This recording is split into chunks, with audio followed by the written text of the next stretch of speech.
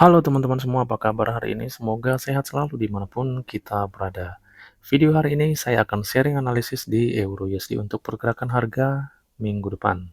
Tetapi sebelum kita masuk ke analisanya, saya mau sharing informasi bahwa saat ini di broker XM ini kita sudah bisa menikmati leverage hingga 1000 banding 1. Margin dan leverage. Gandakan potensi trading Anda dengan leverage hingga 1000 banding 1. Leverage 1000 banding 1 ini memungkinkan trader untuk membuka posisi trading yang nilainya 1000 kali lebih besar dari modal yang diinvestasikan. Misalnya, dengan modal 100 USD, Anda bisa mengendalikan posisi sebesar 100.000 USD. Ini memberi Anda potensi keuntungan yang lebih besar dibandingkan dengan modal yang lebih kecil. Untuk menggunakan leverage 1000 banding 1 ini, minimal deposit hanya 5 USD. No news effect, artinya leverage ini tetap tidak terpengaruh oleh news. Dengan total ekuitas sampai 40.000 USD. Tersedia perlindungan terhadap balance negatif. Bagi teman-teman yang sebelumnya sudah menikmati leverage 500 banding 1, kini teman-teman boleh mengupgrade atau merubah leverage akunnya menjadi 1000 banding 1. Atau yang ingin membuat akun trading baru, caranya mudah saja, klik link di deskripsi video ini dan nikmati leverage fleksibel dari 1 banding 1 hingga 1000 banding 1. Oke teman-teman, sekarang kita langsung masuk ke analisa Euro USD. Oke, kita langsung masuk terlebih dahulu pada time frame weekly. Oke, pada time frame weekly ini, kalau kita lihat ya, harga ini semakin mengerucut. Nah, kita tarik trendline seperti ini. Ya, kita lihat ini belum ada yang full body ya. Demikian juga dari area atas ini juga semakin mengerucut. Oke, jadi pergerakan harga dalam 2 minggu ini pun dia masih sideways ya, di 2 candlestick itu. Ya, kita coba perjelas pada time frame daily-nya.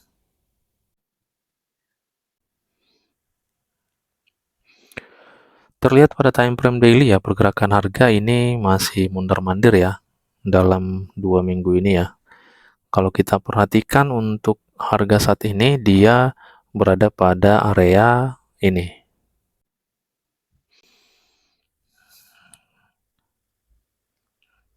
Oke, ini area belum ada yang break body ya. Jadi masih ada potensi nih reject kembali ke atas. Untuk bias, jelas ini masih bias sell ya pada time frame daily-nya ya. Oke, kita coba cek untuk pola candlestick-nya.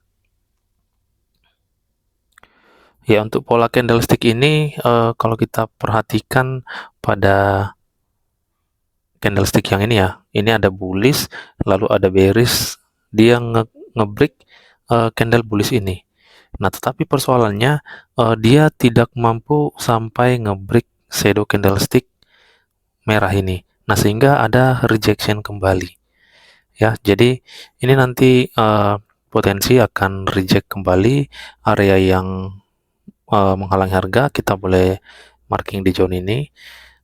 Sekarang coba kita lihat di time frame H4-nya. Ya, itu pada H4 merupakan area supply ya. Supply tersebut masih fresh ya di area zone ini. Ini ada sisa shadow ini. Dan di H4 ini terlihat juga teman-teman ada trend line ya. Nah, ini juga salah satu penyebabnya nih. Kenapa harga ini bergerak di dalam 2 minggu ini ya. Dia hanya sideways pada zone ini. Ya, itu teman-teman untuk trend line-nya belum sanggup di break ya. Tapi ada potensi harga ini masih akan retest. Nanti kita tinggal cek area trend line ini ya di minggu depan. Kalau sampai ini di full body, nah ini potensi akan naik ke area atas ini. Kita coba marking. Nah, ini nanti kita akan refine ya di time frame kecilnya ya. Resisten ini nanti kita coba lihat di time frame H1-nya. Kalau berdasarkan time frame H4 dengan metode smart money concept, nah ini biasanya masih sell ya. Kita ada di sini area break obstructor.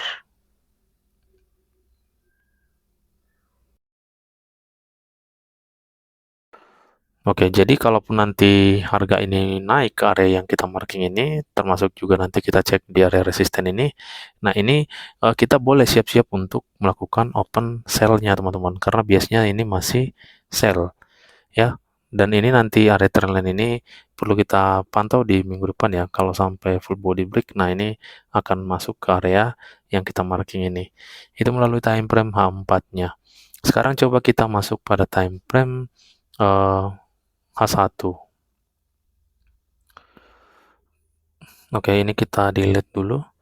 Untuk time frame H1 kita coba lihat ya pola breakout structure-nya ya. Nah, ini sudah terlihat jelas bahwa ada perubahan tren di sini sebanyak 2 kali ya. Tadinya di sini adalah sebagai area breakout structure. Setelah itu harga malah nge-break area high yang sudah valid ini. Nah, maka di sini ada change of karakternya. Nah, setelah harga naik, malah dia nge-break lagi untuk low valid ini. Jadi ini yang saya katakan ada 2 kali perubahan tren change of karakter pada H1 ini. Nah, sekarang kita lihat untuk low ini sudah menjadi low valid ya. Lalu harga mengalami kenaikan dan dia rejection ya dari SNR C1 ya yang pernah kita marking pada minggu yang lalu ya. Oke, ini dia rejection lalu turun, hanya saja dia tidak mampu nih untuk membuat struktur baru di sini. Nah, dia hanya mampu turun sampai pada zona ini lalu naik lagi. Kita lihat, nah penurunan ini pun hanya sweep ya, dia hanya shadow candlestick. Jadi belum ada struktur yang baru di H1-nya. Masih ada potensi harga ini rejection kembali, mengalami kenaikan. Nanti jika zone ini memberikan respon, nah ini kita boleh ambil sell-nya. Tetapi jika tidak, teman-teman, harga ini akan mengalami kenaikan ke area yang kita marking ini. Pada H1 ini areanya masih fresh ya, berupa resisten area. Ya, jadi tidak menutup kemungkinan ini nanti akan mereject harga. Tetapi untuk entry wajib ada pola konfirmasinya. Ya, jika sampai nanti zone ini di full body break dan area trendline yang kita lihat tadi pada 4, maka harga ini sudah pasti akan masuk ke area entry yang ada di atas ini. Ya, jadi kita coba cek dulu refine di H1-nya. Masih tetap sama ya, ada di candle bullish ini ya. Oke, jadi itu area yang cukup besar ya di time frame H1-nya. Nah, itu nanti kita perlu juga konfirmasi entry di zone ini. Untuk area resisten, nah ini kita masih ketemu ya pada area tertingginya ini. Ini juga bisa kita gunakan untuk posisi sell-nya.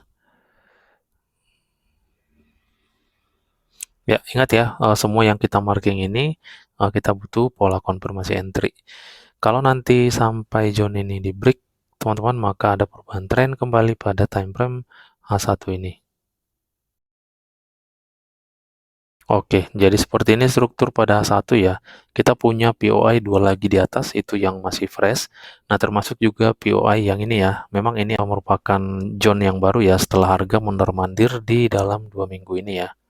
Tetapi bisa jadi nanti dia akan mereject harga sama seperti pada zona area ini sebelumnya.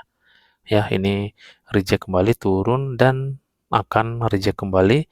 Nah, ini juga zone yang baru ini masih ada potensi mereject harga untuk turun. Oke. Nah, itu teman-teman yang bisa kita jelaskan untuk pergerakan harga ya, potensinya di minggu depan ya pada Euro USD ini. Oke, semoga analisa kita bermanfaat dan menambah wawasan untuk kita semua. Terima kasih, salam profit dan tetap semangat.